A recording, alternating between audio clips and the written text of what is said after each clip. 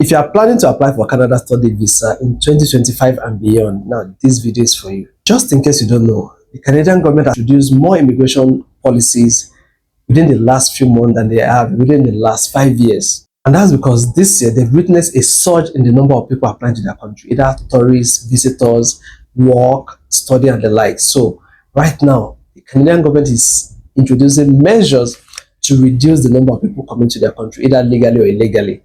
So that is why you have to be extremely prepared. Now, these are all the documents that you need to submit during this application. Now, some of these documents might not apply to you if you don't have them, but if you have them, these are all the documents you need to apply for study visa in 2025 and beyond. Number one, you need your international passport. Without your international passport, you can't even apply for visa.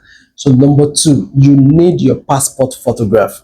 Make sure it is on a white background and it is the Canada standard. You need your birth certificate, which is the one issued by the government. Ensure that you only submit the one issued by the government. Statement of purpose. This would basically guide you and give the visa officer more understanding about who you are, your mission, your vision, and what you plan to attain by getting education from their country. Number four, admission letter. This is very important because without the admission letter, you can't even get to do the visa processing. Number five, the attestation letter. Without the attestation letter, your visa cannot be granted. Now, they just introduced this year. So even after getting admission, you have to get that attestation letter from the province where you are getting admission from.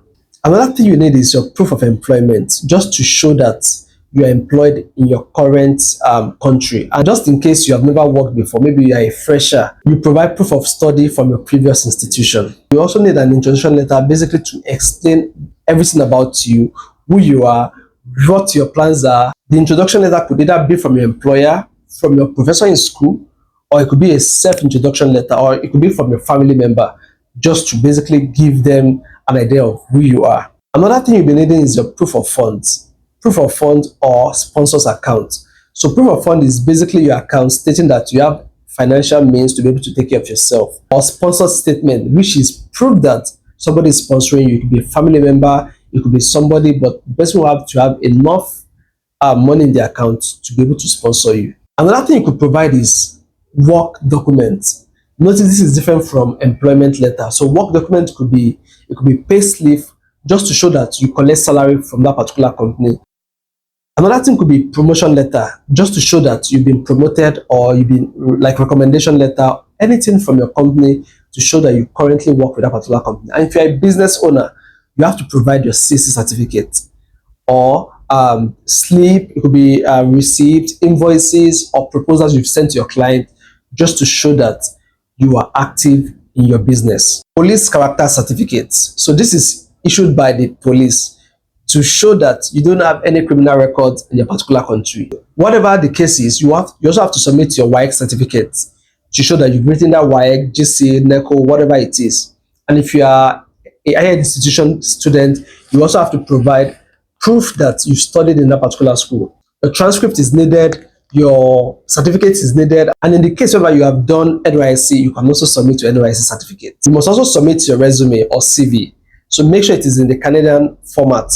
Another thing you have to also submit is your professional certification. So just in case you've done some professional exams, you can also submit like ICANN, like tech related stuff. So you can also submit it to back up your application. If you're a business owner, you also have to submit your CC certificate. Another thing you also have to submit is tax clearance for your business, just to show that you pay tax in your country. And in the case where you have paid your school fees, you also have to show proof of payment for that particular school fees. You also have to submit proof of payment for your school fees. So just in case you have paid part payment or full payment for that particular school fees. If you're married, you also have to provide your marriage certificate, just to show that you are legally married to your partner. And again, there are other ways to actually prove that you are married. I've made a video on that, you can check it out. If you're applying with your children, you have to provide birth certificate of your children, just to show that those children are legally yours.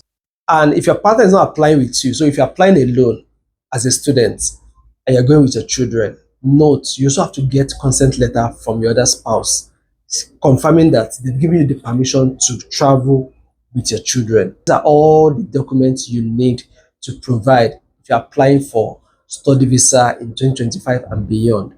I'll be making another video on how to apply for study visa in 2025, because with these new immigration policies and all this process, you would need to ensure that you are doing it right. So if you find it useful, follow me for more. Trust me, I'm making a lot of videos, everything you need to know going forward regarding Canada or relocation abroad. Thanks for watching. See you next time. Bye.